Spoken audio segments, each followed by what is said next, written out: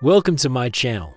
This is your host, and today we have terrifying stories from Reddit. Our first story is from a user, The Neighbor with No Eyes. When I was about 10 years old, my family and I moved into a new apartment complex. It had 2 floors and we were on the top floor. It was nice. The walls were thick so you couldn't hear anything from the apartments next to you. A few weeks after we moved in, a new neighbor moved in across the hall. He was an older guy, probably in his late 40s or early 50s. I remember because he was the only person that we could actually see through our window. We never got his name, but we would always see him working late at night, usually at the computer. One thing that was really weird was that he always wore sunglasses, and it wasn't those cool transition lenses. These were dark, like he couldn't see out of them, but he would always wear them during the day and at night. It was weird because you would always see him through the window with these dark glasses on, but you couldn't see anything behind them. Well, one night I was having trouble sleeping and I heard the neighbor get up from his desk. I looked out the window and saw him walking around his apartment with those same dark glasses. I remember because he was the only person in his apartment that you could see. All of the other lights in the building were turned off. I remember staring at him wondering why someone would wear glasses indoors and especially at night. Then he walked over to his couch and sat down. And this is the part that freaked me out. He took his glasses off and placed them on the coffee table in front of him. I remember because it was such a clear night and I was 10.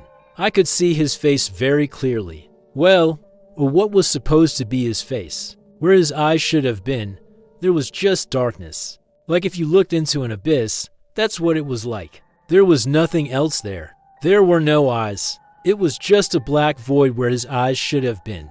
I don't remember how long I stood there watching, but eventually he put his glasses back on and turned the lights off. So then I went back to bed. To this day, I don't know if that man had eyes. Whenever I pass by that apartment, I can't help but wonder what kind of creature lives in there. Our next story is from another user. The bus stop. I was taking the bus home from school. It was late afternoon in winter, so it was dark already. The bus was almost empty. I was sitting by the window and suddenly we stopped. The driver opened the door and said, "Sorry, there's no gas.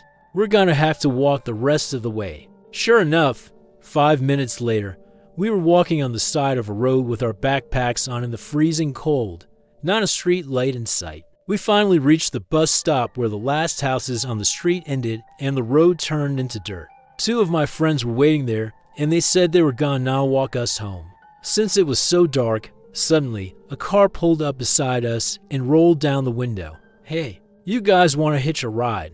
I'll drop you off at the next house," my friend answered. "No thanks, it's fine.